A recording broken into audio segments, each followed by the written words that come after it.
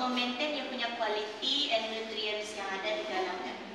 Dan minyaknya ina terkacau lah, ina mengintroduce microorganism ataupun bakteria dari air pipe ataupun air mineral.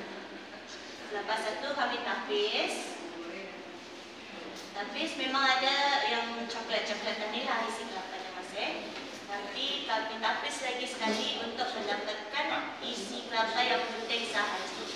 Putih. Kami selalu start dalam pukul 8 subuh sampai ke 10 malam, which includes from opening until cleaning all the machines. Jadi isi kelapa kami perah macam biasa ya. Ini kalau tadi ke tahu kelapa memang adalah bagi santan juga.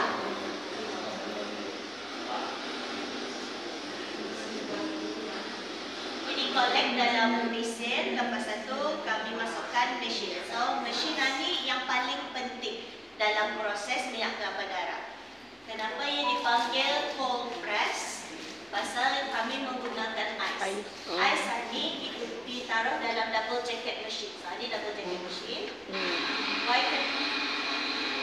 Kenapa ia dipanggil double jacket? Pasal ada dua silinder.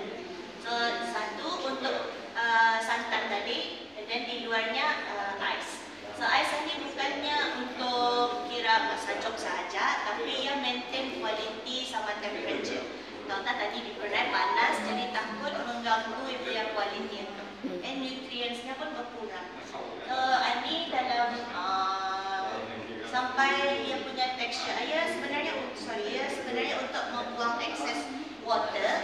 Jadi sampai dia jadi macam krim, barulah kami remove. So, yang isi kelapa, ini kami indah buang. Yang macam ais krim ini kami indah buang. Jadi kami jadikan, kami masak untuk jadikan minyak basupak.